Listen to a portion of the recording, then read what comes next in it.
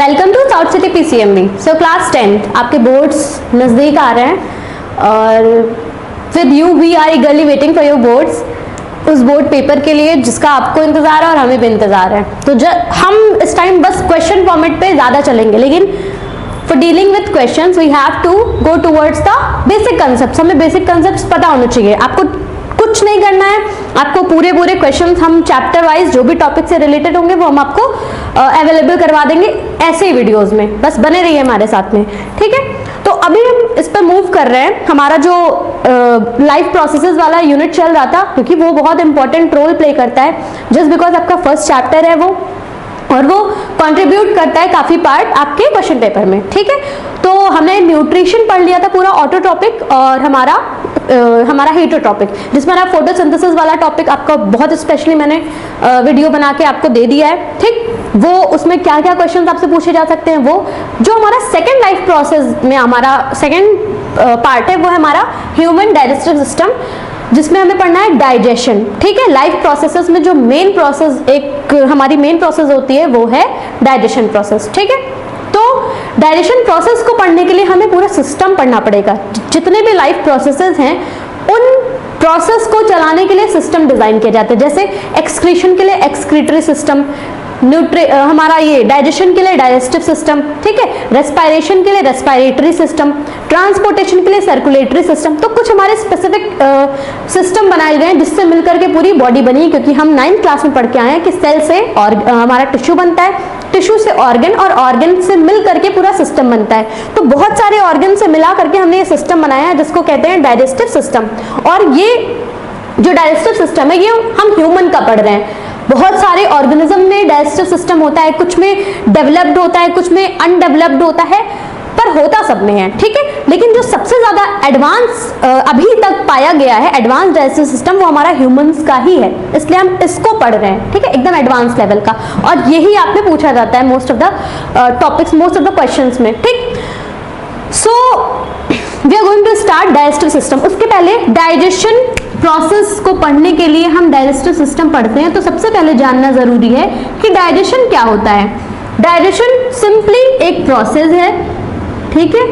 किस चीज की प्रोसेस है? Process of converting bigger molecules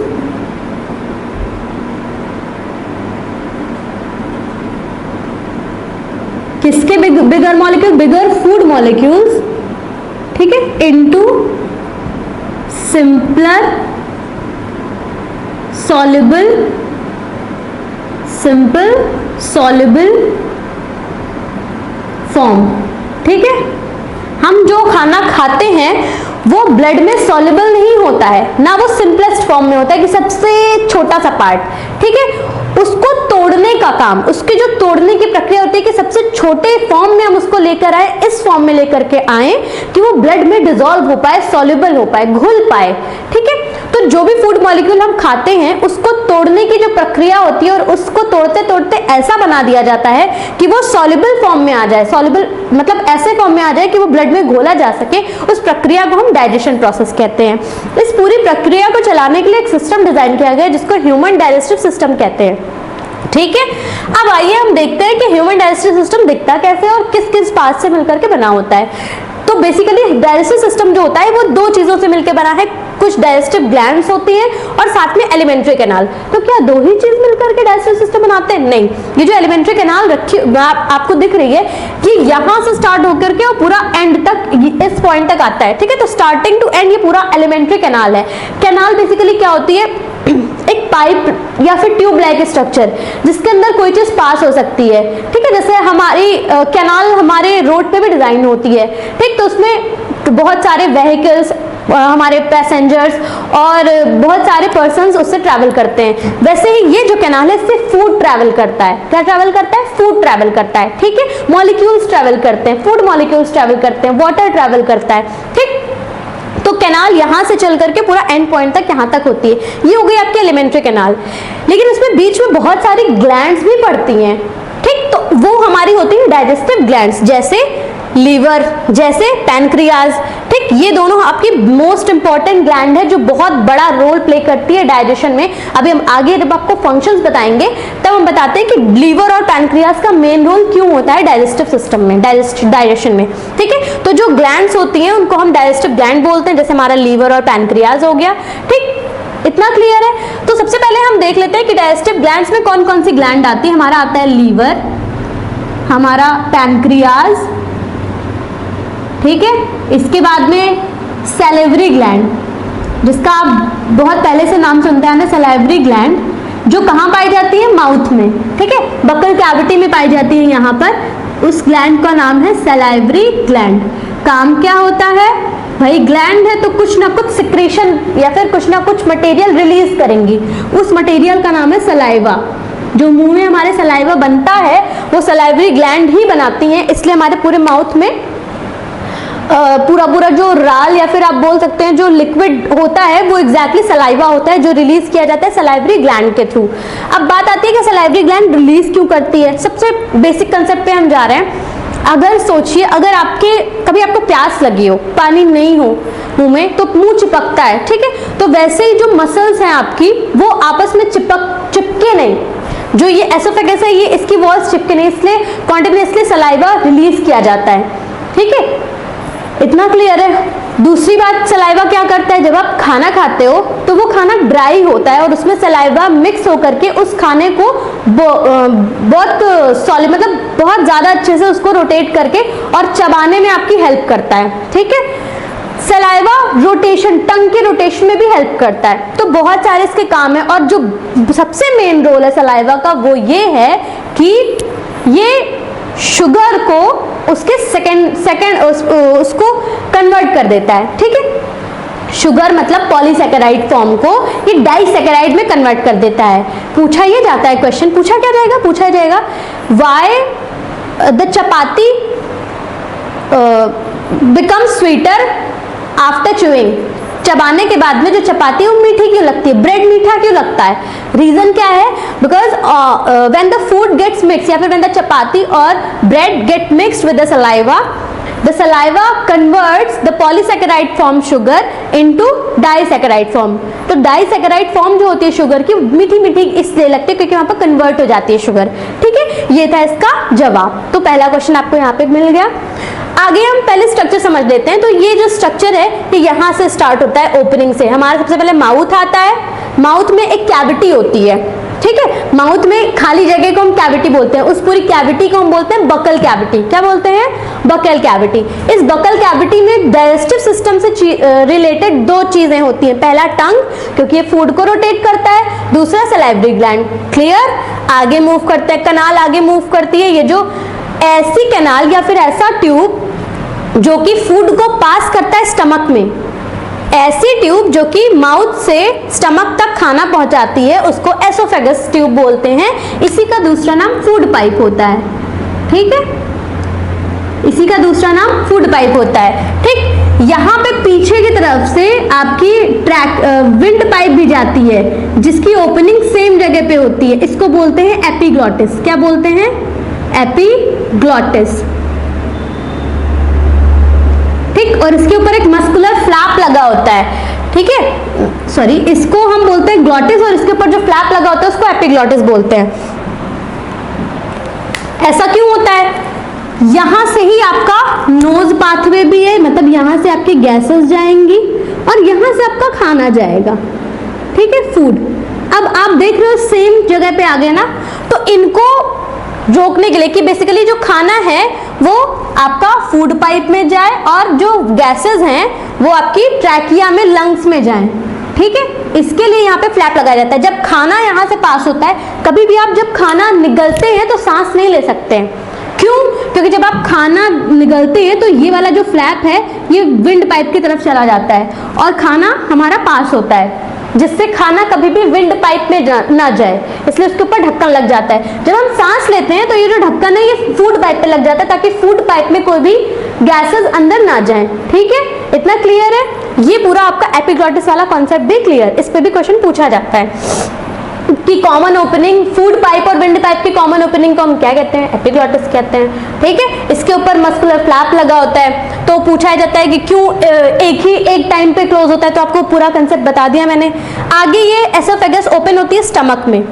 ठीक है, स्टमक में कुछ ग्लैंड्स होती हैं जो यहाँ पर सेलुलर फॉर्म में सेल से बन करके बनती है, उसको बोलते हैं गैस्ट्रिक ग्लैंड। क्या बोलते हैं? Gastric gland. अब ये ग्लैंड है तो ये भी कुछ रिलीज करेंगी। क्या रिलीज करती है? गैस्ट्रिक जूसेस रिलीज करती है। गैस्ट्रिक जूसेस में ऐसे क्या खास चीजें होती हैं जो डाइजेशन में हेल्प करती हैं? वो हैं कॉन्क HCl, वो है हमारा म्यूकस, और तीसरे नंबर पे आता है पेप्सिन। इन तीनों का बहुत बड़ा योगदान है फूड मॉलिक्यूल को ब्रेक करने में या फिर डाइजेशन प्रोसेस में। जो कॉन्क HCl आप देख रहे हैं, ठीक है, ये कॉन्क HCl क्या करता है? ये एसिडिक मीडियम प्रोवाइड करता है। क्या करता है ये? क्योंकि ये एसिड है तो ये एसिडिक मीडियम प्रोवाइड करेगा। अब बात ये आती है कि मैम एसिडिक मीडियम की जरूरत ही क्यों पड़ी? क्यों हमें एसिडिक मीडियम देना पड़ा? ऐसे क्योंकि एसिड तो हमारे स्टमक को हार्म करता है। ठीक है, तो कुछ चीजों की वजह से HCl को लाया गया। वो क्या चीज है? क्योंकि ये जो आप पेप्सिन देख रहे हैं, यहां पर पेप्सिन होता है। पेप्सिन का काम क्या होता है? प्रोटीन को तोड़ना। पेप्सिन का काम क्या है? प्रोटीन है अगर, तो प्रोटीन को, जो भी हम कुछ फूड मॉलिक्यूल में प्रोटीन लेते हैं उसको पेप्टोन में तोड़ता है। पेप्टोन्स एंड प्रोटियोजेस, मतलब उसके स्मॉलर फॉर्म में तोड़ता है। ठीक है, तो इस पे क्या चीज एक्ट करती है? यहाँ पर पेप्सिन एक्ट करता है, लेकिन एक्टिव फॉर्म का ये पेप्सिन होना चाहिए। पहले स्टमक में ये इनएक्टिव रहता है, इसको एक्टिव करने का काम करता है एसिडिक मीडियम। जब एसिड आएगा तभी ये जगेगा। ठीक है, वैसे पेप्सिन सोया हुआ रहता है, इनएक्टिव रहता है। जब HCl आता है, जैसे ही रिलीज किया जाता है, जैसे यहाँ पर एसिड रिलीज होना शुरू होता है, तुरंत पेप्सिन एक्टिव हो जाता है, मतलब जग जाता है। अब वो काम करने के लिए तैयार है। ठीक है, तो प्रोटीन को तोड़ने के लिए, प्रोटीन को कन्वर्ट करने के लिए, उसको डाइजेस्ट करने के लिए हमें पेप्सिन को जगाना पड़ता है। जगाने के लिए HCl की जरूरत है, तो हमें HCl इसलिए चाहिए क्योंकि पेप्सिन उसके बिना नहीं चल सकता। क्लियर? नेक्स्ट है, अब एसिड, जैसा हम सब जानते हैं एसिड दिक्कत करेगा हमारी बॉडी को, तो एसिड दिक्कत कर रहा है, उसके लिए म्यूकस आता है। म्यूकस क्या करता है? इट न्यूट्रलाइजेज, यहां पे मैं लिख देती हूं, म्यूकस क्या करेगा? न्यूट्रलाइजेज एसिडिक इफेक्ट। म्यूकस क्या करेगा? एसिडिक इफेक्ट को स्टमक में न्यूट्रल कर देगा। मतलब जो भी चीज है, क्योंकि ये म्यूकस बेसिक नेचर का होता है, तो एसिड के साथ मिलकर के न्यूट्रल मीडियम बना देता है। तो ताकि हमारे, क्यों करता है? ताकि जो लाइन ऑफ स्टमक है, लाइनिंग है स्टमक की, उनको हार्म ना हो। दूसरी बात, HCl के दो काम है। पहला आपको पता चल गया पेप्सिन को एक्टिव बनाने का, जगाने का। दूसरा काम है जितने भी माइक्रोब्स या फिर बैक्टीरिया हमारे खाने के अंदर जाते हैं उनको मारने का काम भी HCl करता है। तो it kills bacteria microbes present in the food. Clear? आगे मूव करते हैं।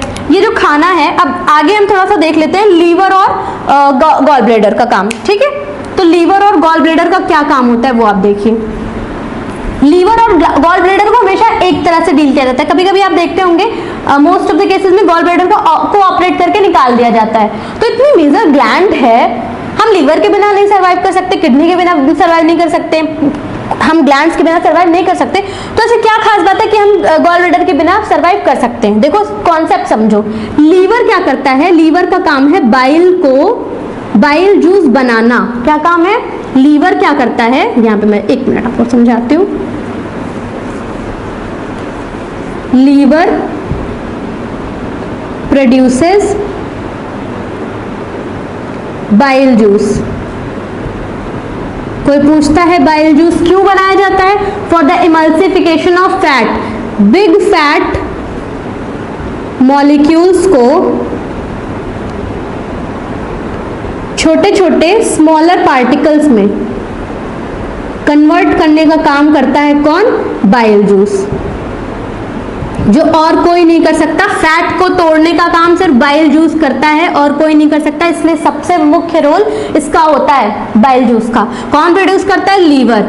लेकिन इसको स्टोर लीवर बना देता है, स्टोर करने का काम करता है गॉल ब्लैडर। ठीक है, जैसे रोटियां तवे पर सिकती हैं, पर स्टोर कौन करता है? कैस्ट्रोल में रखते हैं हम या फिर किसी कंटेनर में रखते हैं। तो उसी तरह से लीवर प्रोड्यूस करता है, लेकिन स्टोर कौन करता है? Gall bladder.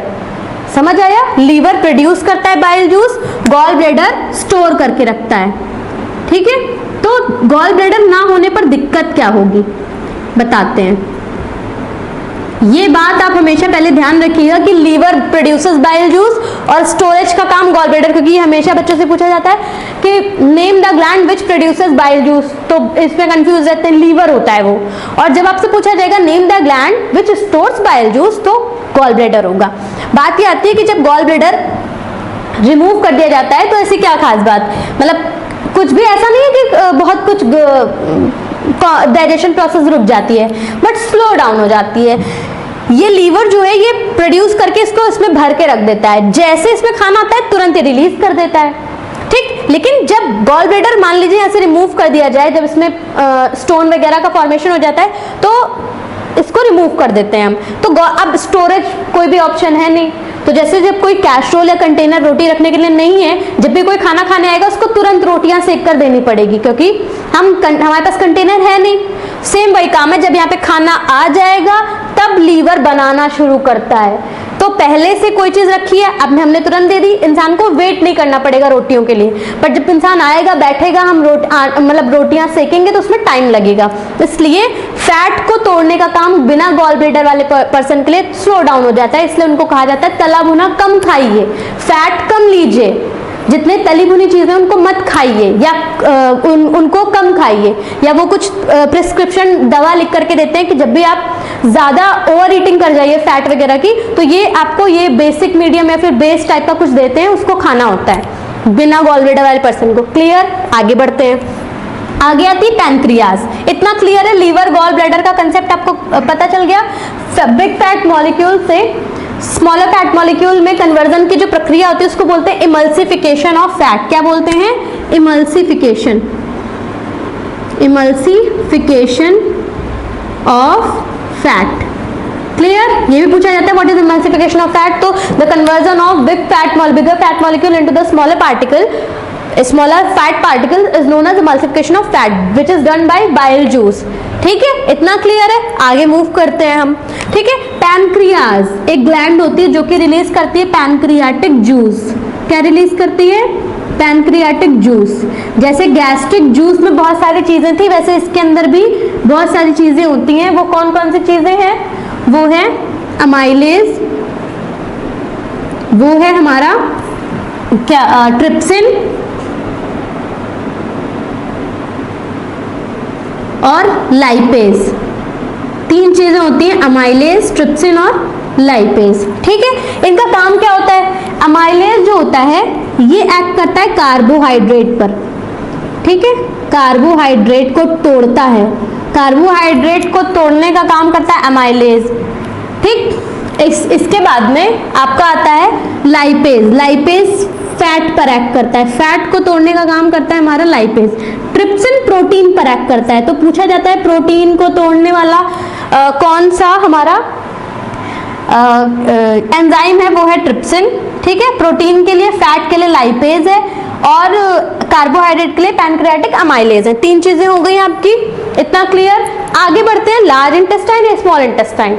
ठीक है, स्मॉल इंटेस्टाइन में इंटेस्टाइनल जूस सिक्रीट होता है, जिसका भी बहुत बड़ा योगदान होता है आपके डाइजेशन प्रोसेस में। वो जितने भी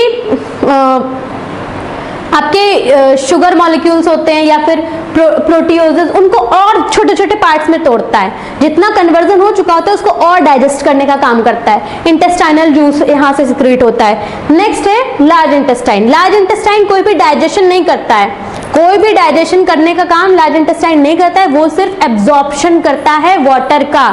हमेशा ध्यान रखना, पूछा भी जाता है कि डाइजेशन में कौन से इंटेस्टाइन का रोल होता है। ठीक है, तो सिर्फ और सिर्फ स्मॉल इंटेस्टाइन, आपका large intestine absorption of water करता है। ठीक, इसके अंदर एक इंपॉर्टेंट चीज ध्यान रखना यहाँ पर विलाई होती है जिनका कंसेप्ट पूछा जाता है। तो इंटरनल जो ग्रोथ होती है, जो इंटरनल हमारी ग्रोथ होती है, ठीक है, इंटेस्टाइनल विलाई बोलते हैं उसको। क्या बोलते हैं? Intestinal villi. कि ये जो फिंगर लाइक स्ट्रक्चर होता है अंदर की तरफ, फिंगर लाइक स्ट्रक्चर अंदर की तरफ, उसको बोलते हैं विलाई।